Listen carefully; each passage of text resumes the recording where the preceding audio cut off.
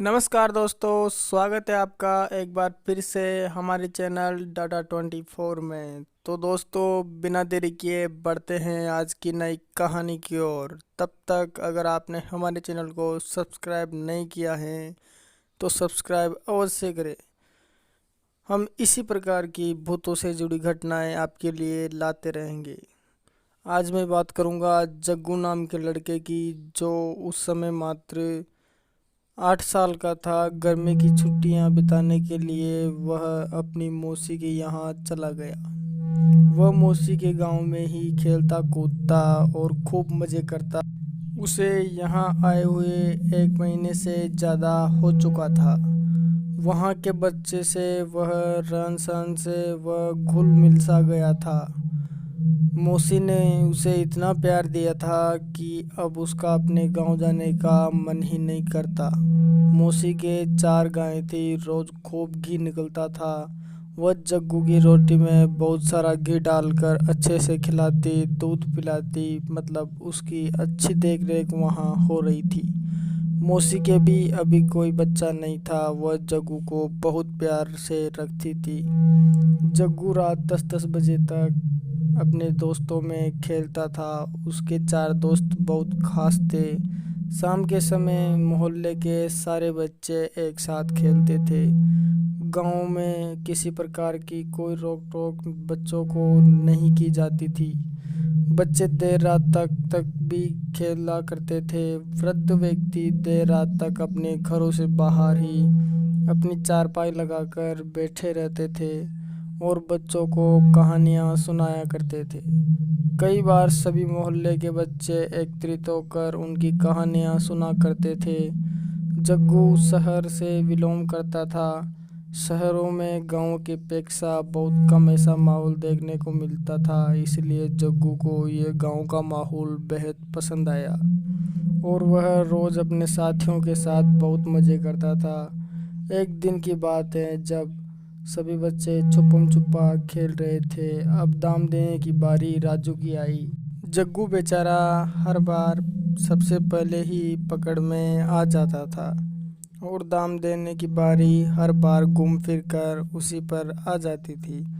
इसीलिए जब राजू की दाम देने की बारी आई तो सभी बच्चे अच्छी अच्छी जगह देखकर छिप गए। जब जग्गू सोचता है, यार मैं हर बार पकड़ में आ जाता हूँ, इस बार ऐसी जगह जाकर छिपूंगा कि राजू कितना भी ढूंढ ले लेकिन मैं मिलूंगा ही नहीं। लेकिन कहाँ छुपूं, कुछ समझ नहीं आ रहा। जग्गू की मौसी के घर के जस्ट 2 घर बाद एक घर बना हुआ था। वह घर जिसका था वह शहर जाकर बहुत दिनों पहले ही बस चुके थे। उनका उस घर से अब कोई वास्ता नहीं था। यहाँ तक कि वह लोग त्योहारों पर भी अपने घर को संभालने नहीं आते थे। दरअसल किसी कारणवश उनके अपने परिवार वालों से लड़ाई हो गई थी। इसीलिए वो लोग अपने घर को छोड़कर और ज़मीन को बेचकर शहर जाकर बस गए। घर 13-14 साल से पूरी तरह वीरान था। उसमें कोई भी व्यक्ति आता जाता नहीं था। उसमें 2 घर, उनके आगे एक लंबी तबारी बनी हुई थी। चारों ओर कांटों की बाड़ हो रखी थी, जो सुरक्षा के माध्यम से उन लोगों ने कर रखी थी कि कोई जानवर या व्यक्ति इस घर में प्रवेश नहीं करे। अब उन कांटों की बाड़ को लगाए हुए बहुत दिन हो चुके थे, इसीलिए वह कमज़ोर हो चुकी थी और जगह जगह रास्ते हो चुके थे। जग्गू उसके नीचे से निकलता है और वह जो घर था उसमें जाके छिप जाता है। पूरे घर में अंधेरा छाया हुआ था। जब जग्गू तो बच्चा था, उसको क्या डर कि भूत क्या होते हैं, और शहर में इस प्रकार की कोई चर्चा नहीं होती थी कि भूत क्या होते हैं, क्यों होते हैं। वह शहर के प्रवेश में पला बड़ा था और वह अंधेरे में ही बैठा रहा। राजू ने सभी बच्चों को ढूंढ लिया सिवाय जग्गू के। सभी बच्चे राजू के साथ ही थे। उन्होंने उसको बहुत ढूंढा कि जग्गू कहाँ गया, वो मिल क्यों नहीं रहा। पहले तो यह सबसे पहले मिलता था और इस बार वह ऐसा कहाँ जाकर छुप गया कि जब जग्गू बहुत ढूंढने पर भी नहीं मिल रहा। तो सुरेश ने कहा, अरे वह पक्का घर भाग गया होगा, उसके घर जाके देखते हैं। सभी बच्चे जग्गू की मौसी के घर पहुंच जाते हैं और वहां जाकर पूछते हैं कि जग्गू यहाँ आया है क्या। उसकी मौसी कहती हैं, वो तो तुम्हारे साथ खेल रहा था ना, वो यहाँ क्या करेगा, कैसे आएगा। बच्चे कहते हैं, चाची हम सभी छुपम छुपा खेल रहे थे, वो पता नहीं ऐसा कहाँ जाकर छिप गया, हमको मिल ही नहीं रहा। जग्गू की मौसी कहती हैं, अरे यही कहीं छुपा होगा, अच्छे से देखो, हो कहाँ जा सकता है वो। बच्चे एक बार फिर उसे अच्छे से ढूंढते हैं, लेकिन जग्गू उन्हें मिल ही नहीं रहा था।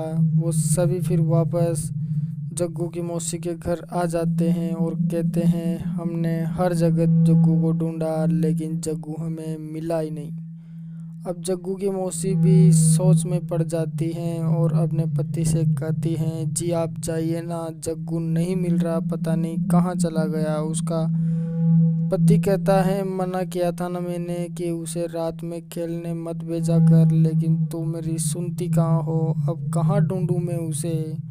ऐसा बोलकर जग्गू के मौसा जी निकल जाते हैं और बाहर जाकर कई लोगों से पूछते हैं, दूसरे मोहल्ले में जाकर ढूंढते हैं, लेकिन जग्गू उन्हें मिल ही नहीं रहा था।